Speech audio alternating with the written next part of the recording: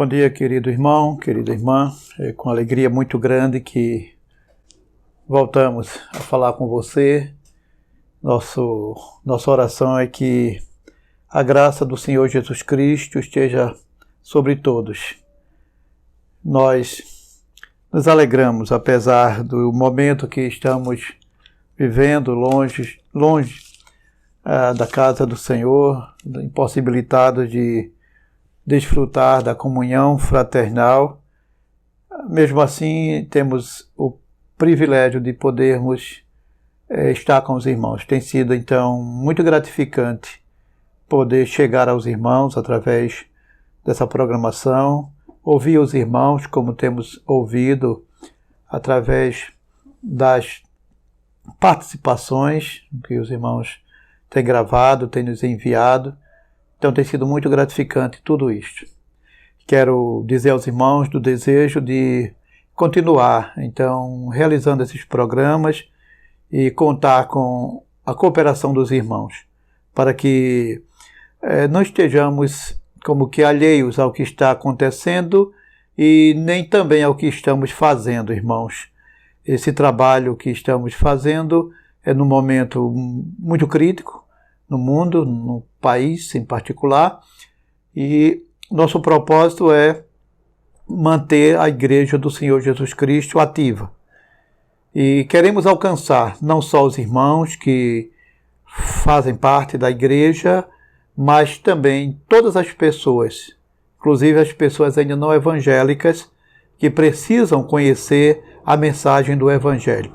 Então, diante dessa realidade, dessa necessidade, nós precisamos manter a prática da oração, meus irmãos. Então, estejam sempre em oração pelo programa, pela programação que estamos apresentando, pelo pastor Gênesis, pelos irmãos que estão participando da programação dos cultos, para que tenhamos, eu diria que êxito no que estamos fazendo e também que alcancemos o objetivo desejado, que é levar a palavra de Deus às pessoas, confortar, exortar, evangelizar, para que as pessoas tenham um encontro com Jesus Cristo. Então não esqueça, meu irmão, minha irmã, de diariamente estar orando por tudo isto. Eu quero também pedir aos irmãos que ainda não se inscreveram no canal do YouTube, se inscrevam. É muito importante que você se inscreva para que tenhamos um número cada vez mais de assinantes, de pessoas inscritas, até na perspectiva de alcançarmos o número exigido pelo YouTube para, assim, termos o nosso programa sendo gravado ao vivo. Então, há um número grande que eles exigem de pessoas inscritas para que, então, a programação da igreja seja exibida ao vivo. Então, quanto mais pessoas se inscreverem, melhor. Então, se o irmão é da igreja e ainda não se inscreveu, faça isto. Compartilhe também com outras pessoas, é muito importante também para o trabalho que estamos fazendo. E peça a pessoas que você está enviando, compartilhando, pessoas crentes, pessoas ainda não evangélicas, que faça também a sua inscrição. É muito importante mesmo, irmão, isto. Então, com essas considerações, nós queremos dizer aos irmãos que nós vamos, então, nesta manhã, louvar ao Senhor com tudo que o Senhor tem nos levado a fazer, colocado em nosso coração para fazer através dos louvores e também através da pregação do Evangelho do Senhor Jesus Cristo. Eu quero, neste momento, queridos, convidá-los para que leiamos um texto da Palavra de Deus, e o texto que queremos ler neste momento encontra-se na carta aos Hebreus, no capítulo 4. Vamos abrir, se você está com a sua Bíblia em mão, se você tem condição de acessar a Bíblia, então, na carta aos Hebreus, no capítulo 4, nós então leremos esse texto bíblico, que diz assim: Temamos, portanto, que, tendo-nos sido deixada a promessa de entrar no seu descanso, suceda parecer que algum de vós tenha falhado, pois também a nós foram anunciadas as boas novas como a eles. Mas a palavra que ouviram nada lhes aproveitou, visto não ser acompanhada pela fé naqueles que a ouviram. Ora, nós, os que temos crido, entramos no descanso tal como disse. Assim, jurei na minha ira que não entrarão no meu descanso. Contudo, as suas obras foram acabadas desde a fundação do mundo. Pois em certo lugar disse ele assim, do 7º dia, e descansou Deus no 7º dia de todas as suas obras. E outra vez, no mesmo lugar, não entrarão no meu descanso, visto restar que alguns entrem nele, e que aqueles a quem primeiro foram preparadas as boas novas não entraram por causa da desobediência. Determina outra vez certo dia, hoje, dizendo, por meio de Davi, muito tempo depois, segundo antes fora dito. Hoje, se ouvirdes a sua voz, não endureçais os vossos corações. Ora, se Josué lhes houvesse dado descanso, não teriam falado depois disso de outro dia. Portanto, resta ainda um repouso para o povo de Deus, pois aquele que entrou no descanso de Deus, ele próprio descansou de suas obras, como Deus das suas. Procuremos, portanto, entrar naquele descanso, para que ninguém caia no mesmo exemplo de desobediência. Pois a palavra de Deus é viva e eficaz e mais cortante do que qualquer espada de 2 gumes, e penetra até o ponto de dividir alma e espírito, juntas e medulas, e é apta para discernir os pensamentos e intenções do coração. E não há criatura alguma encoberta diante dele. Todas as coisas estão nuas e patentes aos olhos daquele a quem havemos de prestar contas. Visto que temos um grande sumo sacerdote, Jesus, o Filho de Deus, que penetrou nos céus, retenhamos firmemente a nossa confissão. Pois não temos um sumo sacerdote que não possa compadecer-se das nossas fraquezas. Porém, um que, como nós, em tudo foi tentado, mas sem pecado. Cheguemo-nos, pois, com confiança ao trono da graça, para que recebamos o Espírito e achemos graça, a fim de sermos socorridos no momento oportuno. Que Deus coloque, meu irmão, minha irmã, esta porção de sua palavra em nossos corações. Que o Senhor nos abençoe. Vamos orar, vamos buscar a presença do nosso Deus em oração. Após esta oração, nós continuaremos ouvindo os louvores apresentados pelos irmãos. Oremos. Grande Deus e eterno Pai, quero, Senhor, te agradecer por todas as bênçãos que o Senhor dia a dia tem nos proporcionado. Em meio às dificuldades, às limitações, o Senhor tem sido compassivo para conosco. O Senhor tem nos ajudado, o Senhor tem nos abençoado e nós sentimos, Senhor, a tua mão nos guiando, nos ajudando, nos abençoando, ó Deus.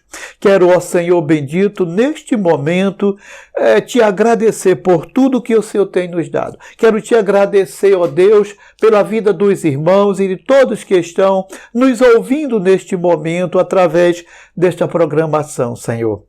Que a tua graça, Senhor, esteja sendo derramada sobre todos. Que cada pessoa seja iluminada pelo Espírito Santo e entenda a tua palavra, entenda tudo que será tratado aqui nesta manhã, neste culto, Senhor. Que o Espírito Santo pouse sobre cada um de nós, nos ungindo, nos iluminando, Senhor, nos fazendo entender aquilo que tu queres, nos ensinar, nos transmitir, ó Deus bendito.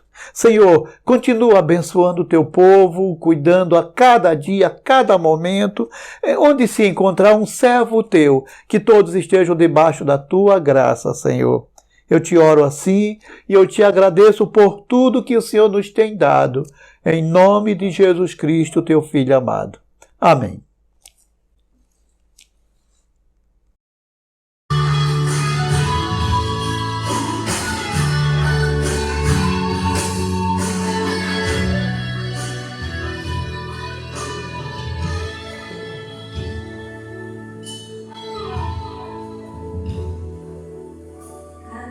Que a minha fé é provada, tu me dás a chance de descer um pouco mais nas montanhas e vales, desertos e mares que atravessam em mim, vão pra perto de ti. Minhas provações não são maiores que o meu Deus, e não vão me impedir de caminhar. Se diante de mim não se abrir o mar, Deus vai me fazer andar por suas águas. Vou beber em fé. Minha vida se revestirá do seu poder. Vou beber em fé. Com ousadia vou mover o sobrenatural. Vou lutar e vencer. Vou lutar e colher. A cada dia vou viver rompendo em fé.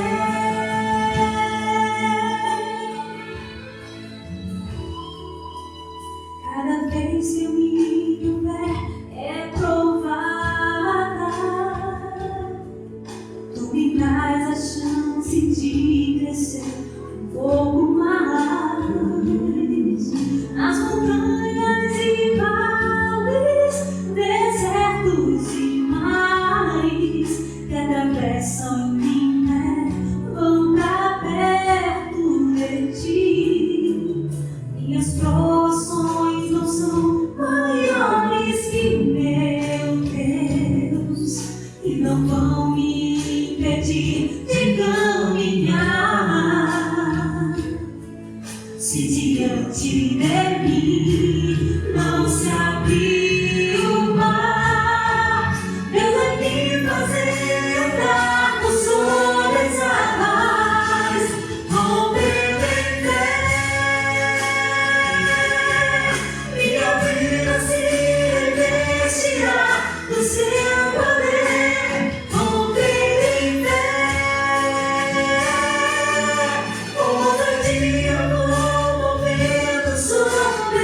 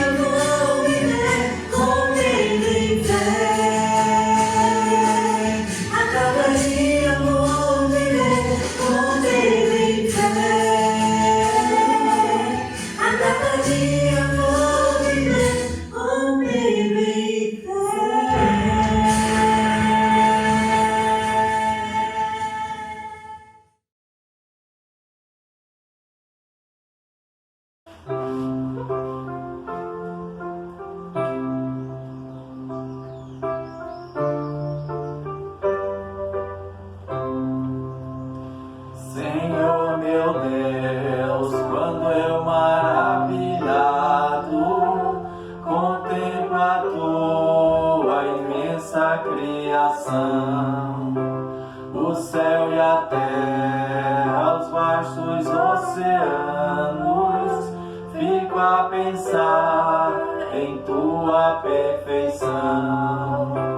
Então minha alma canta a ti, Senhor, grandioso és tu, grandioso és tu. Então minha alma canta a ti, Senhor, grandioso és tu, grandioso és tu. Ao caminhar nas matas e florestas, escuto as aves todas a cantar, olhando os montes, vales e campinas, em tudo vejo teu amor sem par. Então minha alma canta a ti, Senhor, grandioso és tu, grandioso és tu. Então minha alma canta a ti, Senhor, grandioso és tu, grandioso és tu. E quando enfim Jesus vier em glória e aula celeste então me transportar, adorarei prostrado e para sempre. Grandioso és tu, meu Deus, hei de cantar. Então minha alma canta a ti, Senhor, grandioso és tu, grandioso és tu. Então minha alma canta a ti, Senhor, grandioso és tu, grandioso és tu.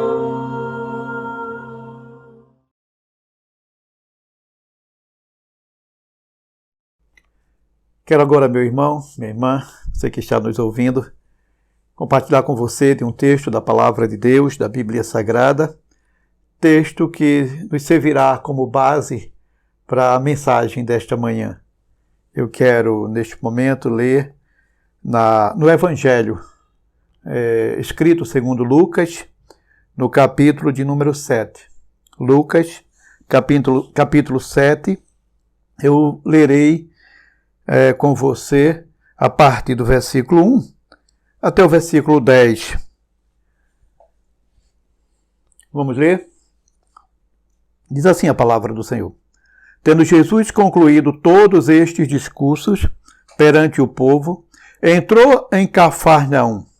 O servo de certo centurião, a quem este muito estimava, estava doente, quase à morte. Quando o centurião ouviu falar a respeito de Jesus, enviou-lhe uns anciãos dos judeus, rogando-lhe que viesse curar o seu servo. Chegando eles a Jesus, rogaram-lhe muito, dizendo: é digno de que ele conceda isto, porque ama a nossa nação, e ele mesmo nos edificou a sinagoga. Então Jesus foi com eles. Estando já perto da casa, enviou-lhe o centurião uns amigos para lhe dizer: Senhor, não te incomodes, pois não sou digno de que entres em minha casa. Por isso, não me julguei digno de ir ter contigo. Dize, porém, uma palavra, e o meu servo será curado. Pois também eu sou homem sujeito à autoridade, e tenho soldados às minhas ordens, e digo a este, vai, e ele vai, e a outro, vem, e ele vem. Ao meu servo digo, faze isto, e ele o faz. Ouvindo isto, Jesus se maravilhou dele, e voltando-se disse à multidão que o seguia: digo-vos que nem ainda em Israel achei tanta fé. Voltando para casa, os que foram enviados acharam curado o servo. Que Deus coloque, meu irmão, esta porção de sua palavra em nossos corações. Vamos orar. Pai querido, muito obrigado, Senhor, por tua palavra. Muito obrigado pela mensagem nela contida. Ilumina as nossas mentes para que possamos extrair todas as lições aqui contidas, Senhor. Abençoa-nos grandemente para que entendamos aquilo que tu queres nos falar. E que as lições que haveremos de extrair e que queremos aprendê-las, que sirvam para o nosso dia a dia, como servos teus, como pessoas que conhecem a ti, como pessoas que querem de fato fazer a tua vontade. Abençoa-nos assim. Eu te suplico isto, em nome de Jesus. Amém. Alguém já disse que Deus tem uma maneira peculiar de usar aqueles que o mundo chama de ninguém. O texto nos fala, e o que nós queremos chamar a atenção é sobre este homem, o centurião. O centurião era um oficial do Império Romano que tem o título, ou tem o nome de centurião, porque geralmente comandava 100 soldados. Possivelmente ele trabalharia naquela região da Palestina, servindo ao rei Herodes Antipas. E ele não era um judeu, claro. Ele não era alguém que fazia parte da linhagem do povo de Deus. No entanto, esse homem vai nos transmitir lições muito preciosas.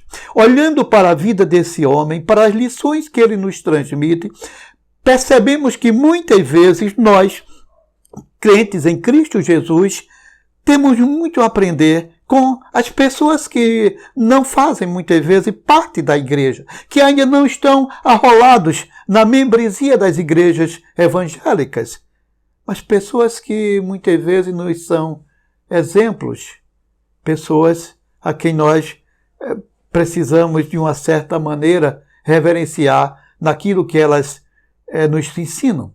Na linguagem atual, precisamos tirar o chapéu para muita gente que não está conosco nas igrejas, mas que nos dão, então, muito exemplo.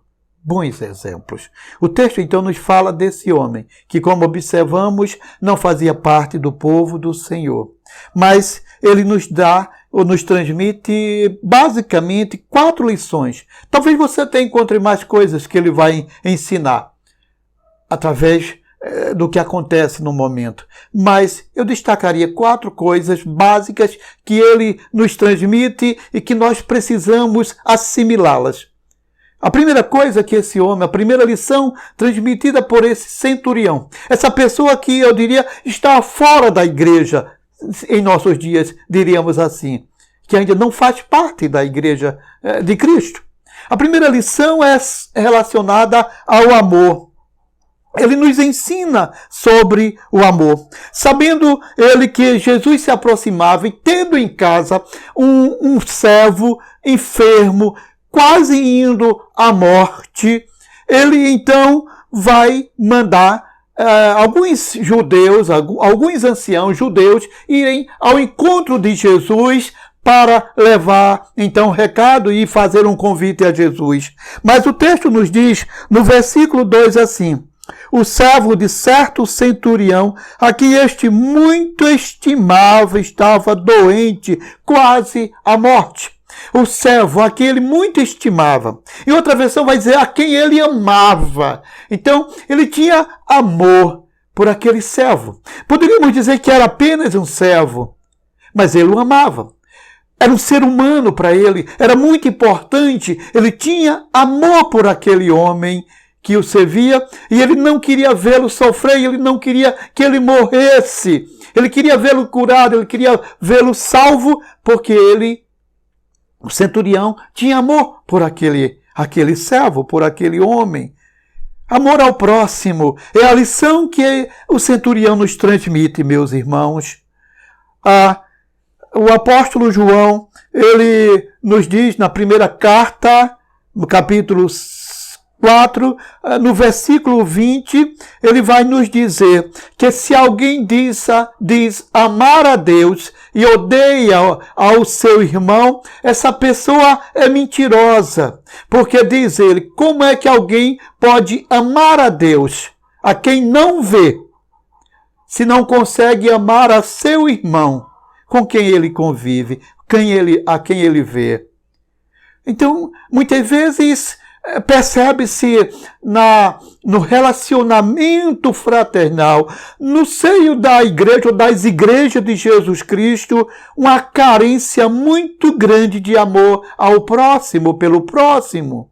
Às vezes as atitudes, a prática, se você olha o texto bíblico, a narrativa no todo, vai perceber que essas lições apresentadas pelo centurião são lições práticas. Amor é prática. João vai dizer também que nós não temos que amar de língua, de palavra, mas nós temos que amar com sinceridade.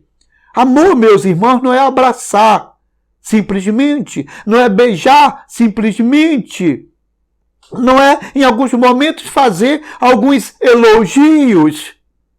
Amor é coisa prática, na hora necessária, servir, estar próximo, dar aquilo que o próximo necessita, porque assim nós estaremos cumprindo os mandamentos. João conclui esse capítulo 4 da sua primeira carta, quando ele diz que é mentiroso aquele que diz amar a Deus e não consegue amar a seu irmão. Ele então vai dizer que o amor ao próximo é a confirmação de todos o mandamento, é o cumprimento dos mandamentos. Quem ama o próximo cumpre todos os mandamentos, cumpre a lei.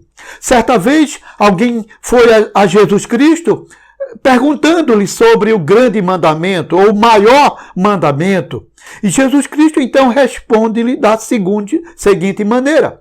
Diz o mestre que o grande mandamento era amar a Deus sobre todas as coisas. Amar a Deus de todo o coração, de toda a força, de toda a alma, de todo o entendimento. Então Jesus diz, esse é o grande mandamento. Amar a Deus acima de tudo.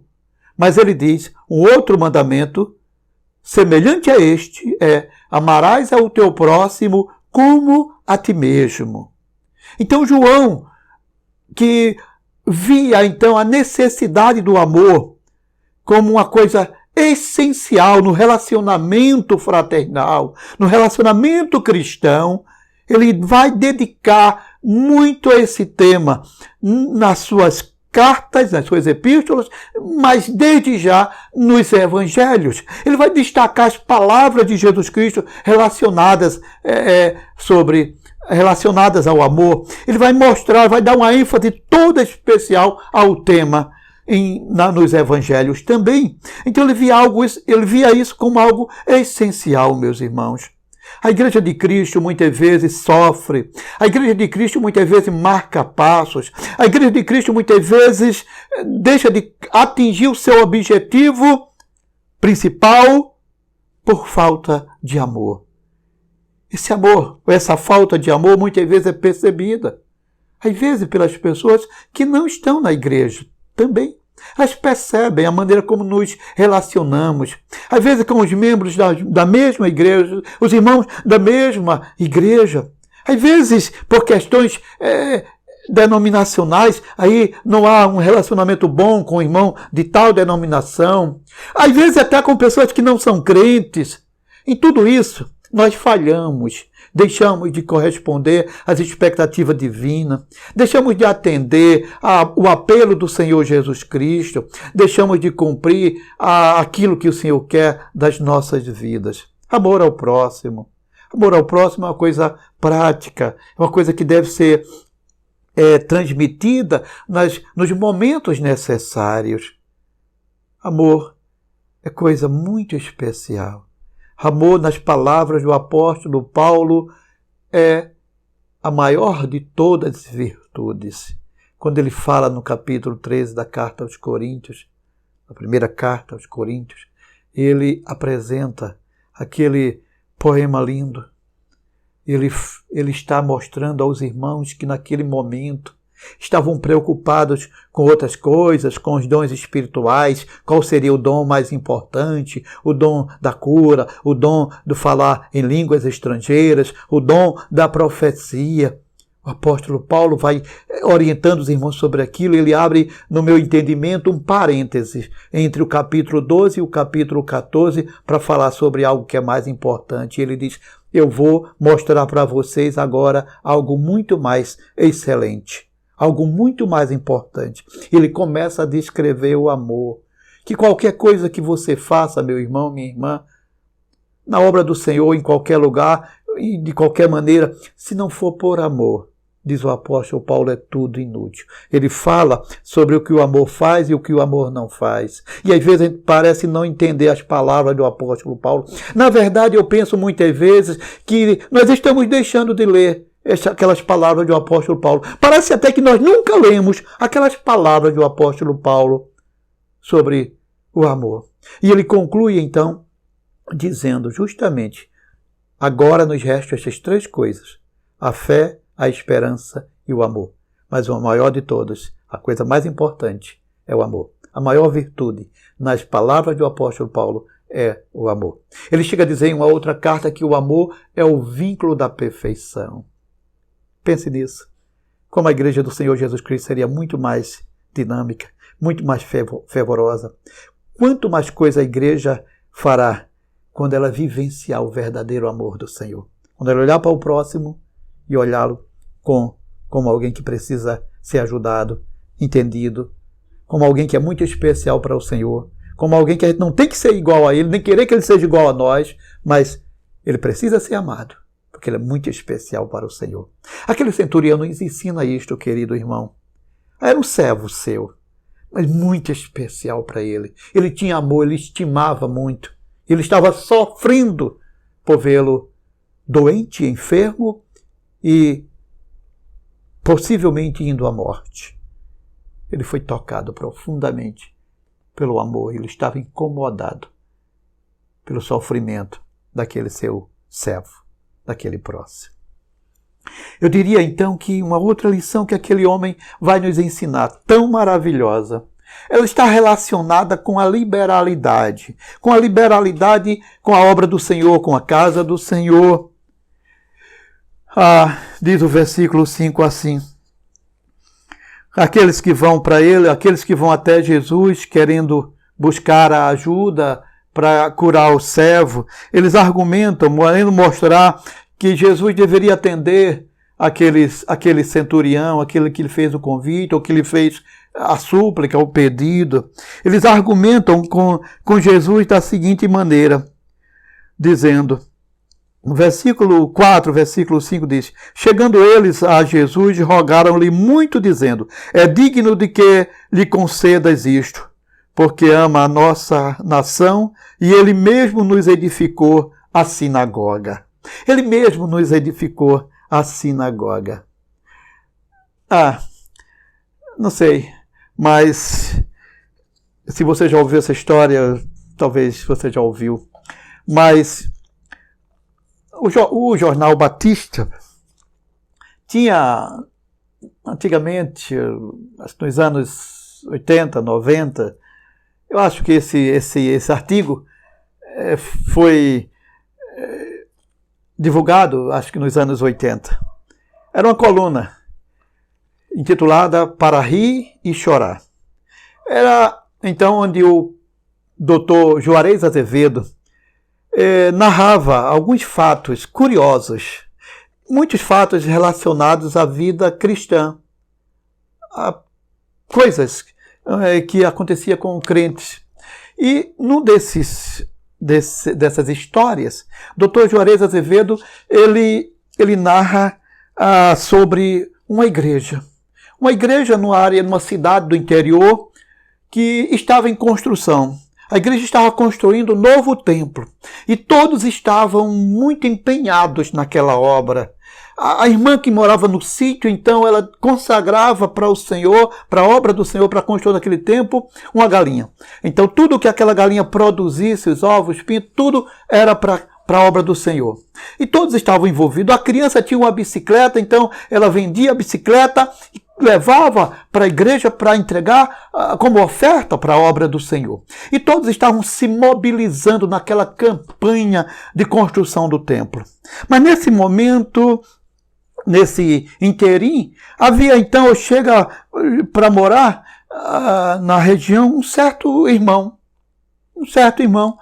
que era rico, que compra então uma fazenda ali nas proximidades da cidade e que tinha comércio, e os irmãos então, já a obra estava já se prolongando por algum tempo, e chega aquele irmão e ele faz fazer parte da igreja. Ele se torna membro da igreja. Os irmãos, foi Deus que mandou esse irmão de Poços para nos ajudar na nossa obra, na obra do Senhor, na construção do templo. E o irmão se torna membro, passam-se os dias, o irmão nunca entregava dízimo. O irmão simplesmente não entregava o dízimo. A oferta também ele não se balançava muito. Mas os irmãos, então, percebendo a indiferença dele em relação ao que estava acontecendo na igreja, a campanha da igreja, então decidiram procurá-lo. Então falaram com o pastor então vai com os irmãos falar com aquele irmão rico. Então, tentando sensibilizá-lo sobre a obra e levá-lo a contribuir também, ele pensa, fica calado e tal, não demonstra muita satisfação. Dias depois, ele liga para o pastor e ele então fala com o pastor dizendo o seguinte: pastor, hoje nasceu na minha fazenda um boizinho. Esse boizinho é da igreja. Esse boizinho vai ser consagrado à igreja. Vai ser para a obra da igreja. O pastor pensou consigo e depois vai conversar com os irmãos. Mas um boi, um bezerrinho, na verdade, recém-nascido, pelo menos ele teria que ter 1 ano de idade para servir, para ser vendido. E então se aproveitar o dinheiro. Mas na conversa com os irmãos, não tem outro jeito. Pastor, vamos deixar. Quando a gente terminar a obra, a gente não pega o boi e faz um churrasco para celebrar. Tudo bem? E tocam a obra. Mas poucos dias depois, o pastor recebe uma outra ligação daquele irmão. E para surpresa do pastor, o irmão diz para ele: pastor, infelizmente eu quero lhe informar que o boizinho da igreja morreu. O pastor pensou consigo, mas logo o boizinho da igreja? Pois é, muitas vezes nós lidamos com pessoas em nossas igrejas que são tão indiferentes. Eu não diria que a obra em si, mas indiferentes à palavra do Senhor, indiferentes ao que a Bíblia ensina. A dízimo, oferta, são coisas que a gente vê antes mesmo que o povo se tornasse nação, o povo hebreu se tornasse nação, antes mesmo de haver lei, a lei de Moisés ser escrita, já se entregava dízimo e oferta. O patriarca Abraão, quando ele estava indo na sua peregrinação, ele se encontra com alguém chamado Melquisedeque, que a Bíblia diz que era sacerdote do Deus Altíssimo e rei de Salém. Sacerdote do Deus Altíssimo. Aquilo levou Abraão, diz a Bíblia, a entregar o dízimo de tudo que tinha. Abraão, patriarca, no início de sua caminhada, de sua peregrinação, ainda não havia o povo hebreu, ainda não havia Moisés, ainda não havia lei, ainda não havia nenhuma estrutura organizada, mas já existia a prática do dízimo. E você olha um pouco mais para trás, você vai ver os filhos de Adão, Caim, Abel, indo à presença do Senhor, oferecer culto e ofertar ao Senhor. Porque muitas vezes a gente tenta encontrar justificativa para a nossa falta de comprometimento com a obra do Senhor e querendo então mostrar justificativas para não ser dizimista, para não entregar, para não participar da obra do Senhor, para não contribuir para não entregar ofertas. Por quê? Qual a justificativa? Convence mesmo a você? Eu creio que não. Talvez você queira enganar a si próprio. Porque a Bíblia é tão clara, meus irmãos. Mas nós lidamos muitas vezes com pessoas que se portam como se fosse, muitas vezes, talvez a palavra seja dura, mas é realmente essa palavra necessária. Avarentos. Tão apegados a dinheiro. Pessoas que correm atrás em busca de querer mais, de conquistar mais. Mas muitas vezes são tão, numa linguagem bem popular, tão mãos de vaca. No sentido de cooperar com a obra do Senhor. Por quê? Aquele homem, ele nos dá um grande exemplo. Ele não fazia parte, se fosse hoje, da igreja, mas ele se sensibiliza com o povo do Senhor. E a Bíblia diz, o texto bíblico diz que os anciãos dizem para Jesus, ele ama a nossa nação, ele ama o nosso povo. E ele próprio nos construiu a sinagoga. A sinagoga de Cafarnaum foi possivelmente construída ali por aquele homem. Porque ele amava. Ele era liberal. Às vezes eu fico olhando que muita gente, quando não era crente, gastava tanto dinheiro com tanta coisa. Com bebida, com festas, com tanta coisa da sua vida volúvel, superficial, das suas vaidades. Aí se torna crente e se torna tão indiferente, e se torna tão mesquinho. Por que? Qual a explicação? Às vezes, para o mínimo possível, ele não tem condições, fica calculando, medindo tudo. Bom, é preciso se pensar nisso. Mas aprendamos com o centurião. Aprendamos. Louvamos a Deus porque, como Igreja Evangélica Batista em Condado, durante a nossa reforma ou construção de templo, do novo templo, contamos com pessoas maravilhosas da Igreja do Senhor Jesus Cristo, da Igreja em Condado, que contribuíram liberalmente, que com amor entregaram o máximo que podiam para a obra do Senhor, aceitaram o desafio apresentado pela liderança da Igreja e então contribuíram fielmente até o término da obra. Ainda continuam muitos, ou alguns pelo menos, ainda contribuindo da mesma maneira. Pessoas de outras igrejas que também se mobilizaram para nos ajudarem, para nos ajudar naquela obra tão grande que fomos capazes de fazer.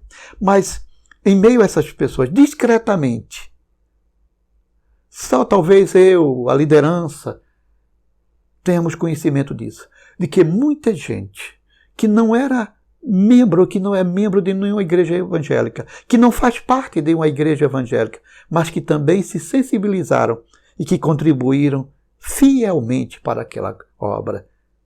É maravilhoso olhar para isso e dizer muito obrigado, Senhor, pela vida dessas pessoas, porque Deus as usou. Elas se sensibilizaram, elas tinham a liberalidade no coração. A terceira lição que aquele homem nos ensina é sobre humildade. Os versículos 6 a 7, então, o escritor sagrado nos diz assim: então Jesus foi com eles, estando já perto da casa, enviou-lhe o centurião uns amigos para lhe dizer: Senhor, não te incomodes, pois não sou digno de que entres em minha casa. Por isso, não me julguei digno de ir ter contigo. Dize, porém, uma palavra e meu servo será curado. Humildade. Aquele homem expressa ali, deixa claro diante de Jesus, diante dos que ali estavam, uma humildade muito grande. Ele diz que não era digno. Notem, era um centurião, era um oficial do governo romano, era uma pessoa de posses.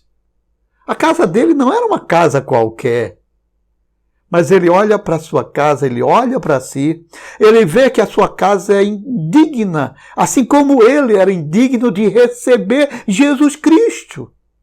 E por isso ele manda um recado, quando ele percebe, toma conhecimento que Jesus está próximo de sua casa, ele manda mais um recado. O recado agora é para que Jesus não venha. Não venha porque ele não tem condições. Ele se vê como uma pessoa pecadora, ele se vê como uma pessoa que não pode estar diante do Senhor. Essa era uma concepção que tinha também o apóstolo Pedro. Quando ele se encontra com Jesus, quando ele naquela pescaria percebe que está diante de Jesus, ele logo vai cair na água, porque ele se sente nu diante do Senhor Jesus. E ele não poderia estar naquela condição diante do Senhor Jesus. O centurião nos ensina, meus irmãos, essa humildade que devemos ter diante do Senhor. Especialmente diante do Senhor. Nós somos pessoas pecadoras, nós somos falhas, nós somos limitadas e quando nos aproximarmos do nosso Deus, deve ser com muita humildade, porque estamos diante do Ser Supremo. Lamentamos que muitas vezes as pessoas brinquem com Deus, brinquem com Jesus Cristo. Isso é muito perigoso, As pessoas parecem não saber o que estão fazendo. Uma pessoa, amiga minha, um irmão em Cristo, que estava meio que desviado. Uma vez ele estava fazendo uma brincadeira justamente em torno da Trindade. E ele estava doente. E eu, então, lhe disse... ele brincava muito com isso já. E ele, então, brinca quando ele estava com a suspeita de estar com uma grave doença. E ele brinca sobre a questão da Trindade comigo. E eu disse, tu ainda brinca com Deus, mesmo estando assim? Ele disse, não, você sabe que eu estou só brincando, eu gosto de brincar. E eu disse para ele, você sabe que está brincando não é comigo em si. Você está brincando com Deus, você está envolvendo o nome de Deus. Você sabe se Deus está gostando da sua brincadeira? Meus queridos, humildade.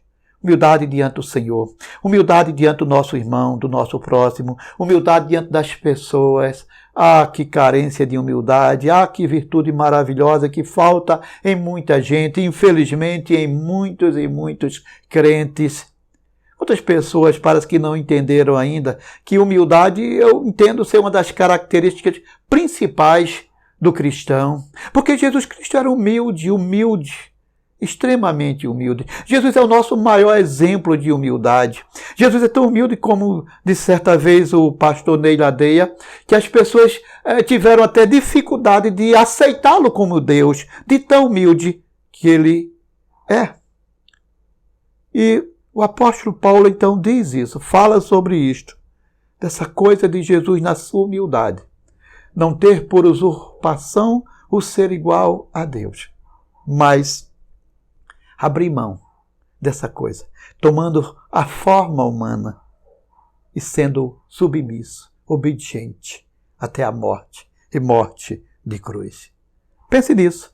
Humildade é característica essencial e necessária na vida de todo servo do Senhor, de todo cristão. E aquele homem tinha humildade. Ele expressa aqui a sua humildade. Ele vai explicar, Senhor, foi por isso que eu não fui a teu encontro, porque eu não sou digno de estar na tua presença. Não venha à minha casa, porque a minha casa não é digna de te receber. Era a sua humildade, não é que ele não quer receber Jesus em sua casa. Ele explica e deixa isso muito claro. Mas, enfim, aquele homem nos ensina sobre a fé.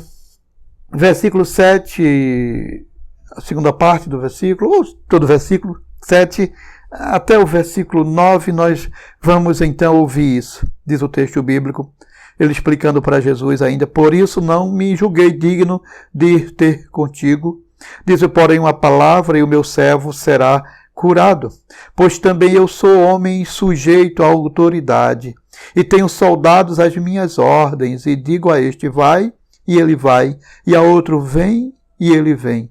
Ao meu servo digo isto, faze isto, e ele o faz. Ouvindo isto, Jesus se maravilhou dele. Voltando-se, disse à multidão que o seguia, digo-vos que nem ainda em Israel achei tanta fé. Nem mesmo no meio do povo do Senhor eu achei tanta fé. Fé também é algo essencial na vida do cristão. A Bíblia diz que sem fé é impossível agradar a Deus. Muitas vezes, o comportamento de muitos servos do Senhor, em momentos difíceis, expressa uma certa falta de fé. E um crente sem fé é um crente incrédulo. Isso parece um paradoxo. Não tem nenhum sentido, meus irmãos, afirmarmos que somos crentes e no momento exato agirmos como não crentes. Não tem sentido. A fé é algo que está dentro de nós. Fé é algo que nos faz vencer dificuldades, problemas, sermos determinados, perseverantes. Fé é algo essencial na caminhada de vida. E quando temos que passar por problemas, dificuldades, as que estamos passando nos últimos dias, não poderemos ir ao desespero, porque temos fé. Aquele homem, aquele centurião, que não fazia parte da igreja, se fosse nossos dias, nós diríamos, não é cristão ou não era crente. Mas ele nos ensina sobre fé. Ele tinha uma grande fé. Fé tal que Jesus Cristo vai dizer, nem Israel, nem entre o povo do Senhor, nem em Jerusalém encontrei tanta fé. Se fosse hoje, Jesus diria, nem na minha igreja eu vi tanta fé. Que Deus esteja, meus irmãos, nos abençoando, nos ajudando grandemente, para que aprendamos sobre esse homem, sobre as lições apresentadas apresentadas por esse homem. Que essas lições nos sirvam como base para a nossa vida cotidiana. Precisamos, meus irmãos, disso na prática. Precisamos de amor ao próximo, precisamos demonstrar liberalidade na obra do Senhor, na casa do Senhor, em tudo que houver que envolver a obra do Senhor. E nós não seremos decepcionados por sermos fiéis ao Senhor nesse sentido. Humildade para o relacionamento interpessoal, para o relacionamento fraternal, para o relacionamento cristão, mas para o relacionamento familiar, profissional, social. Humildade é algo muito maravilhoso. Fé, porque é com a fé que nós venceremos. Que Deus nos abençoe, que Deus nos ajude. Amém. Vamos orar neste momento. Oremos assim. Querido Deus, muito obrigado, porque aprendemos, Senhor, com o homem que em nossos dias diríamos, não faz parte da igreja do Senhor. Não é um crente ainda, não é um cristão. Mas que nos transmite lições tão preciosas, Senhor. Como muitas vezes temos visto e aprendido através de pessoas que ainda não estão na tua igreja, mas que têm uma postura moral, um zelo, uma ética tão elevada, Senhor, que muitas vezes nós precisamos, de fato, tirar o chapéu para essas pessoas. Mas nos ensina, Senhor, dia a dia, a até aprender com essas pessoas e assim termos uma vida mais coerente com aquilo que ensinamos, com aquilo que pregamos, com o que a tua palavra nos ensina, ó Deus bendito. Abençoa grandemente a vida do teu povo que está neste momento ouvindo a tua palavra. Que ela alimente, que ela conforte, que ela exorte e que ela nos leve a uma aprendizagem prática, Senhor, de como sermos cristãos, de como agirmos como servos teus. Eu te oro assim, eu te agradeço por tudo, em nome de Jesus, o teu Filho amado. Amém.